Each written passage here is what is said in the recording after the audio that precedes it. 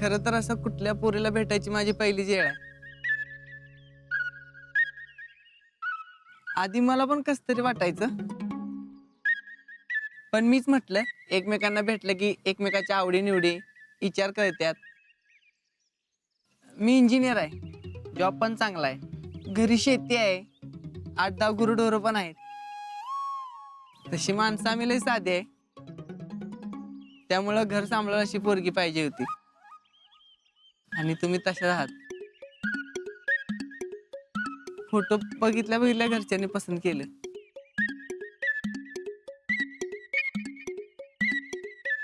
मगापासून मी एकटाच बोलतोय हा. तुम्ही पण काहीतरी बोला की.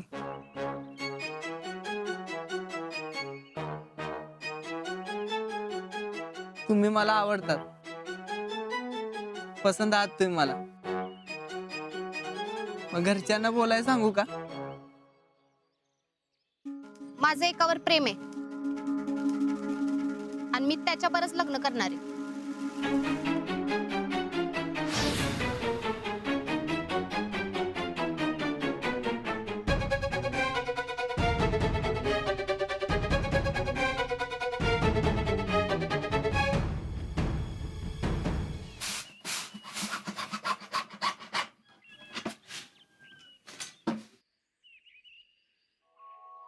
हे कधी यायचे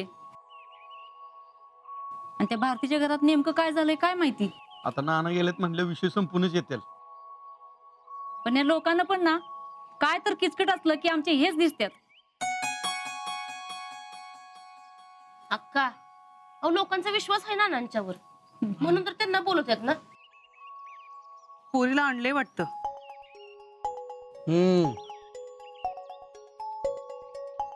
तेव्हा याच घेऊन आलाय.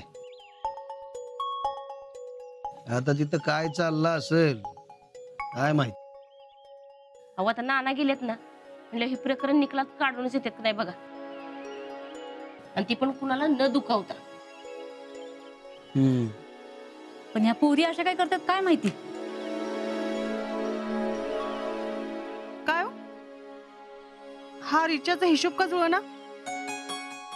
1000चं केलं होतं ना, मग 800च कसे? अगं ते 200चा रिचार्ज शीतलनं मारलाय ना. असं वय, मग असू दे. असू दे काय, हिला कशाला लागतोय 200चा रिचार्ज. वहिनी होत तेवढं बोलणं फोनवर. तेच म्हणायचंय मला, एवढं 200 रुपयाचा रिचार्ज कशाला लागतोय. कुणाला फोन करत असती. जेव्हा बघावं तेव्हा फोनवर.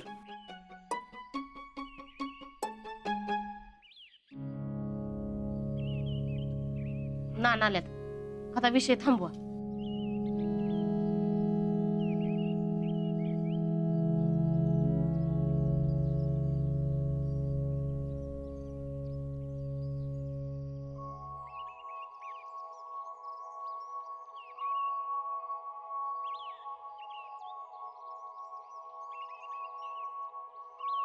काय हो, काय झालं.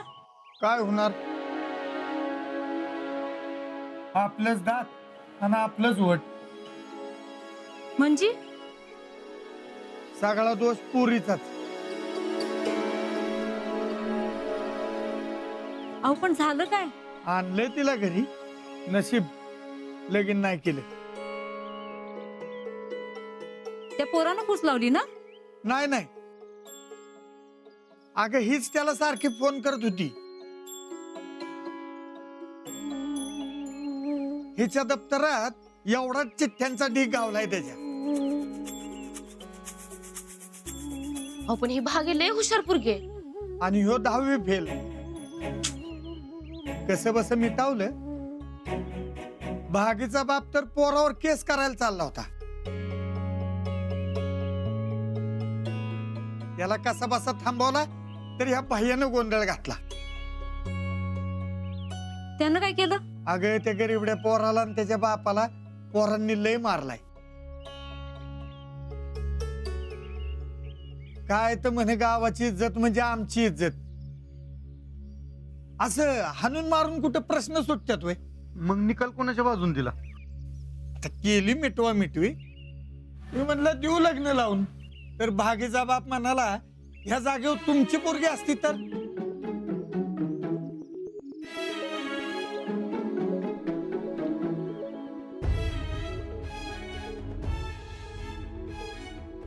मी म्हटलं की पहिलं म्हणजे माझी पोरगी असं वागणारच नाही.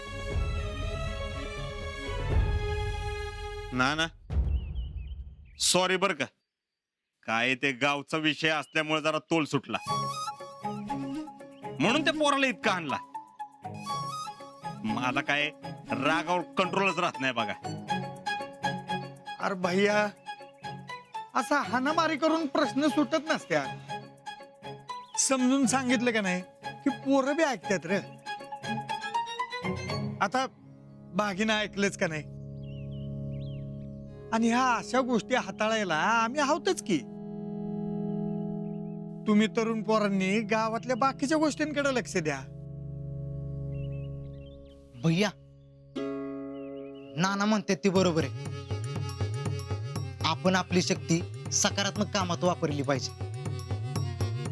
देअर यू आर करेक्ट आहे नाना. अहो गावच्या विकासासाठी 101 भन्नाट आयडिया आपल्या डोक्यात. अरे मग येऊ देत की बाहेर, विधायक काम करू. हाणामारी आपल्या गावाची संस्कृती नाही रे.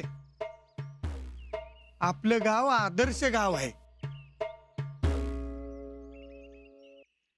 सोमन साहेबांनी दिलेल्या पैशातून काय विधायक काम करता येतील त्याच्यासाठी उद्या किंवा परवा दिवशी आपण मीटिंग घेऊ सगळ्यांची. त्यात तुम्ही तुमच्या कल्पना मांडा आणि आणखीन कुणाच्या 4 चांगल्या कल्पना असतील तर त्याचा पण विचार करू आपण. चालतंय की नाना, ठीक आहे. नाना मी काय तुमच्या शब्दाबाहेर नाही. आणि by heart once more sorry. भैया, वन्स मोर नाही, once again. That is that. बर नाना येऊ का?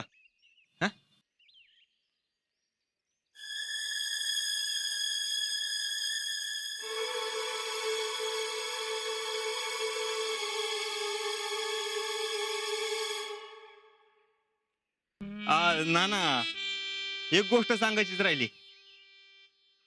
आजचं ट्रेनिंग वगैरे चांगलं चालू आहे बरं का.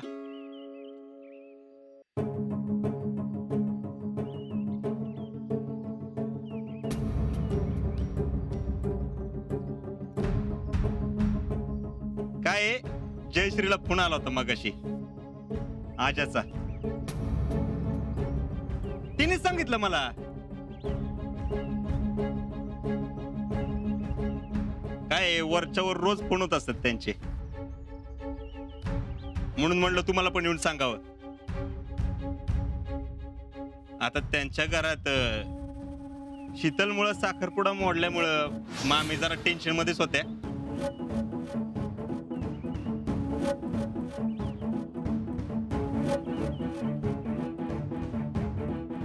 पण आता दोघं परत एकत्र आल्यामुळं खुश आहेत. चांगलं आहे ना.